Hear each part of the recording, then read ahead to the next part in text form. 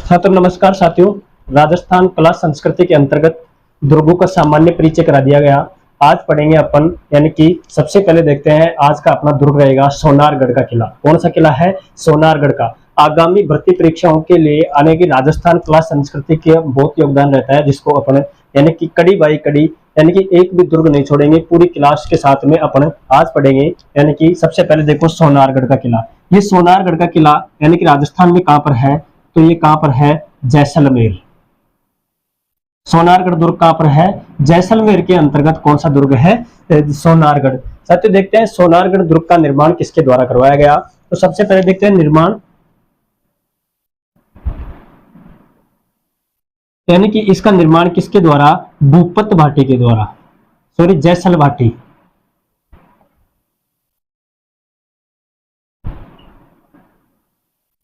यानी कि सोनारगढ़ दुर्ग का निर्माण किसके द्वारा करवाया गया? जैसल भाटी के द्वारा। और कब करवाया गया? 1155 में। 1155 में सोनारगढ़ दुर्ग का निर्माण किसके द्वारा? जैसल भाटी के द्वारा। जबकि इसका यानी कि कार्य पूर्ण कब किसके द्वारा और कब किया गया? यानी कि पूर्ण निर्माण। क्या? पूर्ण निर्माण सालवाहिनी। पूर्ण निर्माण किसने करवाया? सालवाहिनी द्वितीय के द्वारा इसका क्या करवाया गया? पूर्ण निर्माण, जो कि कब करवाया गया? 1164 ईस्वी में। यानी कि इस सोनारगढ़ दुर्ग का निर्माण यानी कि पूर्ण किसने करवाया? सालवाहिनी द्वितीय ने 1164 में। निर्माण शुरू किसने करवाया? जैसल भाटी ने 1155 में। अब देखते हैं साथियों इस श्रेणी, इसकी श्रेणी क्या है? यानी कि ये धानवन श्रेणी। कौन सी श्रेणी? धानवन श्रेणी। धानवन श्रेणी का दुर्ग है। धानवन श्रेणी का दुर्ग यानी कि आपको श्रेणी बता दी गई। धानवन श्रेणी का अर्थ होता है यानी कि समतल, यानी कि मैदान में बना हुआ दुर्ग। कौन सा है? अपना सोनारगढ़ का किला, जो कि एक धानवन श्रेणी के अंतर्गत आता है। और साथियों इसके उपनाम क्या क्या है इस सोनारगढ़ के? यानी कि इसको क्या कहा जाता है? इसको यानी कि सबसे पहले देखते हैं इस सोनारगढ़ को क्या कहा जाता है? रेगिस्तान का गुलाब। क्या कहा जाता है? रेगिस्तान का गुलाब।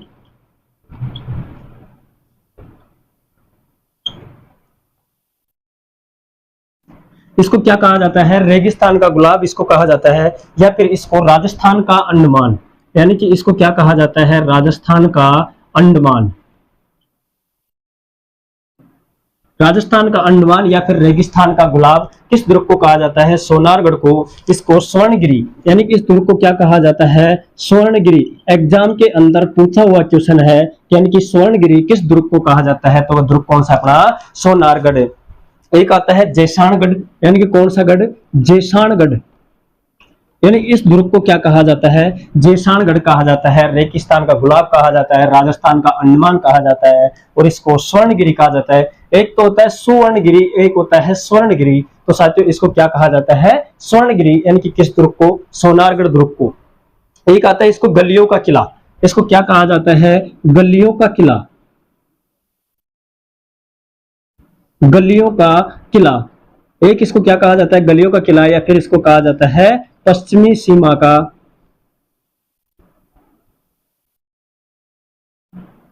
प्रहरी। पश्चिमी सीमा का प्रहरी, गलियों का किला, स्वर्णगिरी, जैसाणगढ़, राजस्थान का अंडमान, रेगिस्तान का गुलाब किस दुर्ग को कहा जाता है? तो वह दुर्ग कौन सा है? यानी कि कौन सा है? सोनारगढ़ का दुर्ग। और साथियों इस दुर्ग के बारे में कहा होता है कि गढ़ दिल्ली, गढ़ आगरा, अधगढ़ बीकानेर, भलो चिनायो भाटिया, गढ़लो जैसलमेर। यानी कि जैसलमेर में एक ऐसा दुर्ग है जिसका यानी कि गढ़ दिल्ली, गढ़ आगरा, अधगढ़ बीकानेर और भलो चिनायो भाटिया, गढ़लो जैसलमेर, ऐसे किस दुर्ग के बारे में कहा जाता है? तो वह दुर्ग कौन सा? अपना सोनारगढ़ दुर्ग। कौन सा है? सोनारगढ़ दुर्ग। अब देखते हैं साथियों इसकी छत, यानी कि इसकी छत किसकी बनी हुई है? छत किसकी है? लकड़ी की। यानी कि इसकी छत किसकी बनी हुई है? सोनारगढ़ की लकड़ी की। और साथियों इस दुर्ग में यानी कि चूना सीमेंट का प्रयोग नहीं होकर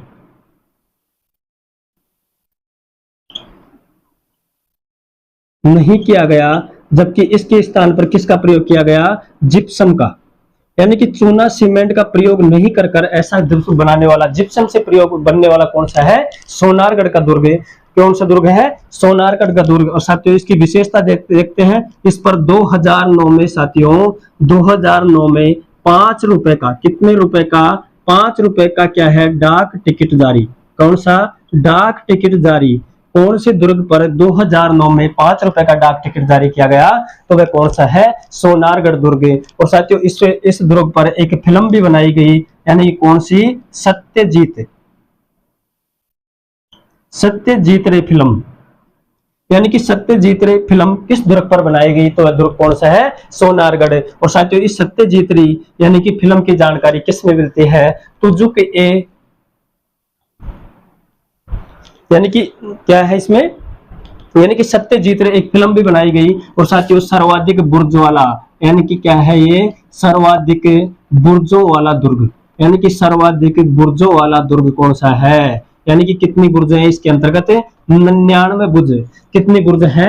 99 बुर्ज। और साथियों ये किस झील के पास में बना हुआ है? गढ़सीसर या गढ़ीसर झील के पास में बना हुआ दुर्ग कौन सा? अपना सोनारगढ़ दुर्ग, जो कि जैसलमेर जिले के अंतर्गत है। कौन किस जिले के अंतर्गत है? जैसलमेर जिले के अंतर्गत।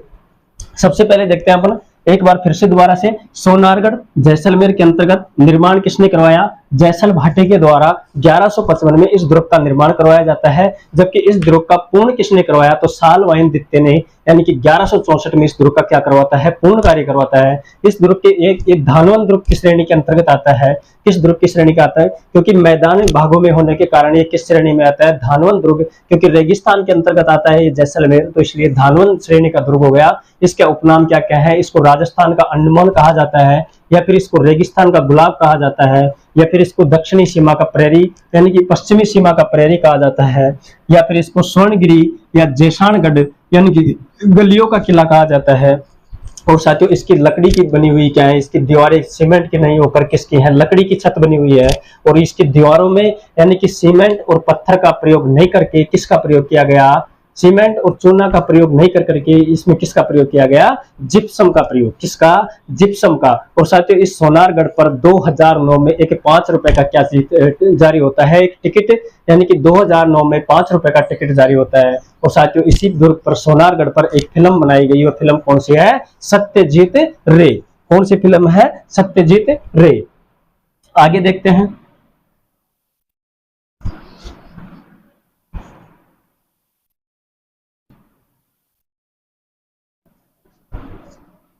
सर्वाधिक बुर्ज वाला दुर्ग है, 99 बुर्ज बनी हुई है इस पर। सबसे पहले देखते हैं इस दुर्ग के यानी कि महल, यानी कि प्रमुख महल।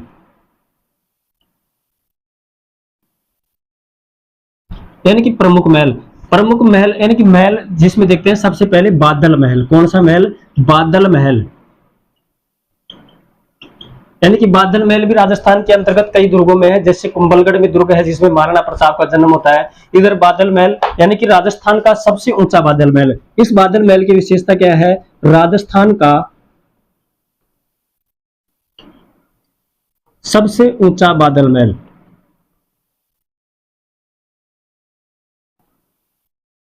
राजस्थान का सबसे ऊंचा बादल महल किस दुर्ग के अंतर्गत है? तो वह दुर्ग कौन सा है? अपना सोनारगढ़। एक आता है सर्वोत्तम महल, दूसरा महल कौन सा है? सर्वोत्तम महल। इस सर्वोत्तम महल को ही क्या कहा जाता है? शीश महल। यानी कि सर्वोत्तम महल का ही दूसरा नाम क्या है? शीश महल। एक बादल महल हो गया, सर्वोत्तम महल, शीश महल। एक गजविलास, गजविलास यानी कि तीसरा महल कौन सा है? गजविलास। चौथा है जौहर विलास।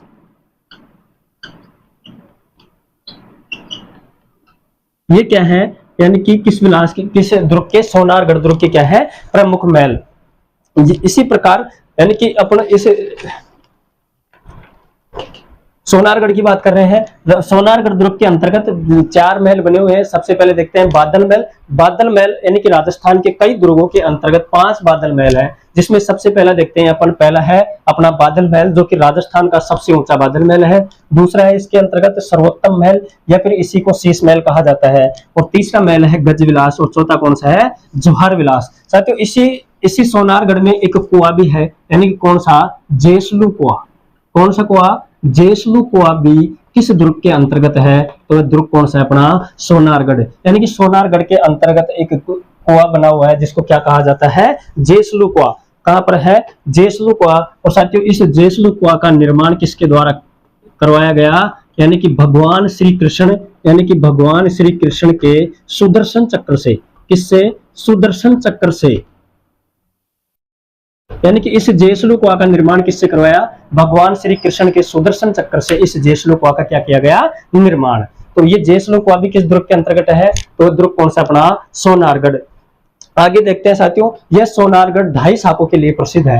यानी कि कितने शाखों के लिए प्रसिद्ध है, सोनारगढ़ के 2.5 शाखों के लिए प्रसिद्ध। यानी कि यानी कि इसमें प्रमुख शाखा, यानी कि इसके अंतर्गत कितने, यानी कि 2.5 शाखों के लिए प्रसिद्ध दुर्ग कौन सा है, तो वह सोनारगढ़। कौन सा दुर्ग है, सोनारगढ़। यानी कि 2.5 शाखों के लिए प्रसिद्ध दुर्ग कौन सा है, सोनारगढ़। जिसमें सबसे पहला शाखा होता है,